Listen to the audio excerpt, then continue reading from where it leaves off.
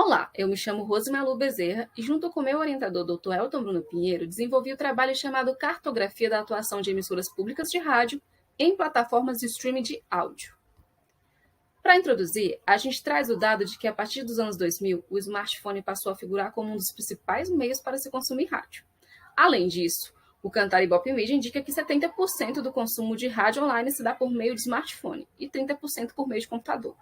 Nesse sentido, então, a gente entende que é uma plataformização, que é a imersão do rádio em plataformas que pode ampliar a circulação dos seus conteúdos, o relacionamento com audiências, a intercomunicabilidade e a complementariedade com outras tecnologias e suporte. Autores como Frank Robles destacam o rádio que se vê, que é no YouTube, e os podcasts. Há também o rádio na TV, nos smart speakers e nos aplicativos próprios para acesso.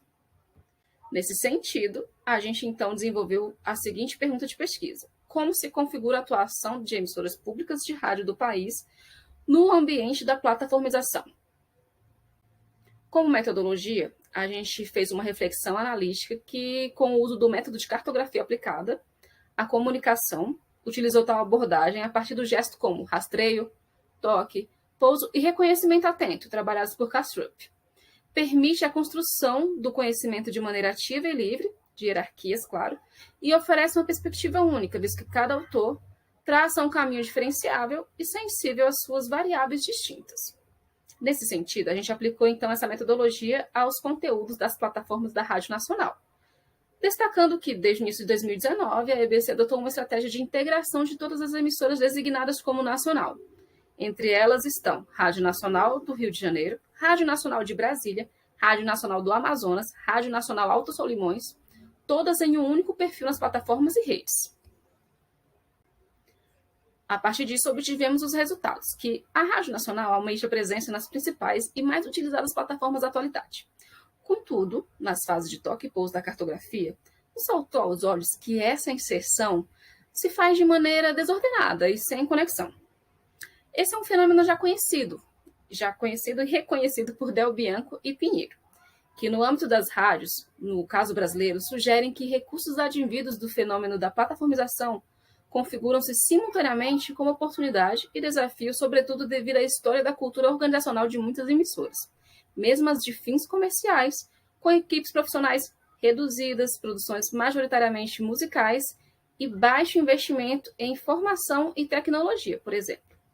Nessa direção, a gente notou que os perfis da Rádio Nacional no YouTube e Spotify sequer têm link no site da emissora. Da mesma forma, o aplicativo desenvolvido pela EBC, Rádio EBC, não possui divulgação no domínio da rádio na internet. Assim, partimos então para as considerações finais. A gente identificou que as estratégias traçadas pela EBC para rádios nacionais ainda pouco contribui para a integração efetiva delas em plataformas de áudio. Essa tendência, argumentada por Del Bianco e Pinheiro, de que o uso das plataformas pelas emissoras de rádio se dá como uma forma de repositório dos conteúdos já transmitidos no DIAL, perdura, ela permanece. Assim, o aplicativo de rádio da EBC, o Rádio EBC, Rádios EBC, possui características embrionárias que, em alguma medida, ainda limitam a experiência do usuário. Nesse sentido, entendemos, então, que tais fatos evidenciam os aspectos de precarização aos quais foi submetida a EBC nos últimos anos, e que, não obstante, temos que a cultura organizacional também é um fator capaz de atrasar ainda mais o processo de plataformização.